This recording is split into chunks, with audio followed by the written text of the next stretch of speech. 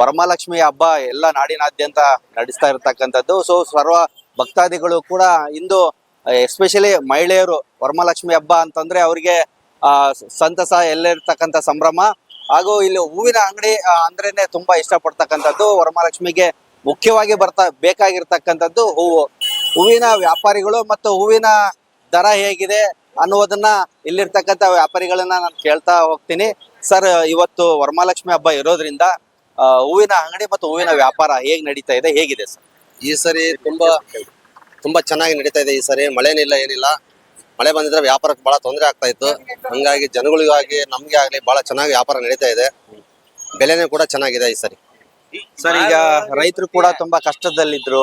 ಈಗ ಹೂವಿನ ಬೆಳೆ ಬೆಳೆದಿರ್ತಕ್ಕಂಥ ರೈತರು ಕೂಡ ಹೇಗೆ? ಅವ್ರಿಗೂ ಕೂಡ ಒಳ್ಳೆ ಬೆಲೆ ಸಿಕ್ಕಿದೆ ಈ ಸರಿ. 350 400 ರೂಪಾಯಿ ಕೆಜಿ ಇದೆ. ಕನಕಾಂಬರ ಎಲ್ಲ 800 1000 ಇದೆ. ಹಂಗಾಗಿ ಎಲ್ಲರಿಗೂ ಒಳ್ಳೆ ರೇಟ್ ಸಿಕ್ಕಿದೆ. ಇವಾಗ ಚೆಂಡು ಹೂವು ದೀಪಾವಳಿ ಮತ್ತು ದಸರಾ ಟೈಮಲ್ಲಿ ಬರುತ್ತೆ. ಈ ಟೈಮಲ್ಲಿ ಏನಾದ್ರು ಬರುತ್ತಾ? ಬಂದಿದೆ ಸರ್, ಬಂದಿದೆ. ಅದು ಕೂಡ 100 ರೂಪಾಯಿ 80 ರೂಪಾಯಿ ಕೆಜಿ ನಡೀತಾ ಇದೆ. ಈ ಕನಕಾಂಬರ, ಶಾವಂತಿಗೆ ಅದು ಮಾರು 150 ರೂಪಾಯಿಂದ 200 ರೂಪಾಯಿವರೆಗೆ ಇದೆ ಮಾರು. ಎಸ್ಪೆಷಲಿ ಈಗ ನಿಮ್ದು ಕೂಡ ಹಾರಗಳೆಲ್ಲ ಇದಾವೆ, ಅದ್ರ ಚೆನ್ನಾಗಿದೆ ಸರ್. ಹಾರಗಳು ರೇಟು ಬೆಲೆಗೆ ತಕ್ಕನಾಗಿ ನಾವು 150ರಿಂದ 200 ರೂಪಾಯಿವರೆಗೆ ಇದೆ ಹಾರ. ಸುಗಂಧರಾಜ ಕೂಡ 500 ರೂಪಾಯಿ ಕೆಜಿ ಇದೆ.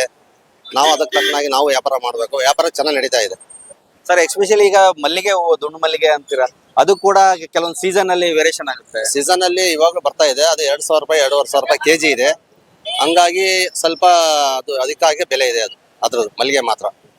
ಈ ದುಂಡು ಮಲ್ಲಿಗೆ ಇದು ಮಾಡ್ತಿರಲ್ಲ, ಈಗ ಹಾರ ಮಾಡ್ತೀರಾ, ಹೇಗೆ ಅದು ನಿಮ್ಗೆ? ಅದು ತೋರಿಸ್ಬೇಕು ಅದನ್ನ. ಇಲ್ಲ ಅದು ಕೂಡ 400 ರೂಪಾಯಿ 500 ರೂಪಾಯಿ ಒಂದು ಹಾರ ಹೋಗ್ತಾ ಇದೆ. ಅದು ಪರವಾಗಿಲ್ಲ, ರೇಟ್ ಚೆನ್ನಾಗಿದೆ. ಸೊ ಈ ವರಮಹಾಲಕ್ಷ್ಮಿ ಹಬ್ಬದಲ್ಲಿ ಈಗ ಅನ್ ಸೀಸನ್ ಇತ್ತು, ಆಷಾಢ ಇತ್ತು, ಈಗ ಶ್ರಾವಣ ಬಂದಿದೆ. ವ್ಯಾಪಾರ ಹೇಗಿದೆ ಸರ್? ಪರವಾಗಿಲ್ಲ ಸರ್, ಚೆನ್ನಾಗಿ ನಡೀತಾ ಇದೆ. ಶ್ರಾವಣ ಸ್ಟಾರ್ಟ್ ಆಗಿದೆ, ಇನ್ಮೇಲಿಂದ ಮುಂದೆ ಸೀಸನ್ ಸ್ವಲ್ಪ ಚೆನ್ನಾಗಿದೆ. ಪರವಾಗಿಲ್ಲ, ನೋಡ್ಬೇಕು ಅದಕ್ಕೆ ಬೆಲೆ ಹೆಂಗಿದೆ ಅಂತ. ನಿಮ್ಮ ಹೆಸರು? ರಮೇಶ್ ಅಂತ. ಸೊ ವೀಕ್ಷಕರೇ, ನೋಡಿದ್ರಲ್ಲ, ಇಲ್ಲಿ ವ್ಯಾಪಾರಿಗಳು ರಮೇಶ್ ಅನ್ನೋರು ವರಮಹಾಲಕ್ಷ್ಮಿ ಹಬ್ಬದಂದು ಯಾವ ರೀತಿ ವ್ಯಾಪಾರ ನಡೀತಾ ಇದೆ ಮತ್ತು ರೈತರಿಗೆ ತುಂಬಾ ಒಳ್ಳೇದಾಗಿದೆ ಈ ಬಾರಿ.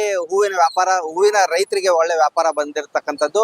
ಮತ್ತು ದಾವಣಗೆರೆಯ ಏನು ಎಲ್ಲ ಭಕ್ತಾದಿಗಳು, ಜನತೆಗಳು ಏನು ಅಂತಂದ್ರೆ, ಇದು ವರಮಹಾಲಕ್ಷ್ಮಿ ಹಬ್ಬದ ವಿಶೇಷವಾಗಿ ಹೂವಿನ ಅಂಗಡಿಗಳನ್ನ ಮತ್ತು ಹೂವಿನ ವ್ಯಾಪಾರವನ್ನ ಮಾಡ್ತಕ್ಕಂಥದ್ದು ಮತ್ತೆ ಖರೀದಿ ಮಾಡುವಲ್ಲಿ ತುಂಬಾ ಬ್ಯುಸಿ ಆಗಿರ್ತಕ್ಕಂಥದ್ದು. ಸೊ ನಿನ್ನೆ ರಾತ್ರಿ ಕೂಡ ಈ ದಾವಣಗೆರೆಯ ಮಾರ್ಕೆಟ್ ಏನಿತ್ತು ಫುಲ್ ಆಗಿತ್ತು.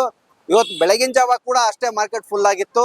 ಇದು ಮಾವಿನ ಸೊಪ್ಪು ಮತ್ತೆ ಬಾಳೆ ಕಂಬಗಳು ಕೂಡ ಅತಿ ಹೆಚ್ಚು ರೇಟ್ ಆಗಿರ್ತಕ್ಕಂಥದ್ದು. ಮತ್ತೆ ಎಲ್ಲ ಚೆನ್ನಾಗಿ ಕೂಡ ಸೇಲ್ ಆಗ್ತಾ ಇರ್ತಕ್ಕಂಥದ್ದು. ಎಲ್ಲ ಕಡೆ ಹಳ್ಳಿಯಿಂದ ಬಂದಿಲ್ಲ ಅತಿ ಹೆಚ್ಚಾಗಿ ಹೇಳ್ಬೇಕಪ್ಪ ಅಂತಂದ್ರೆ ಮಾವಿನ ಕಂಬಗಳು. ಸೊ ಹಾಗಾಗಿ ದಾವಣಗೆರೆ ಸಮಸ್ತ ಸುದ್ದಿಗಾಗಿ ನೋಡ್ತಾ ಇರಿ ಟೈಮ್ಸ್ ಆಫ್ ದಾವಣಗೆರೆ.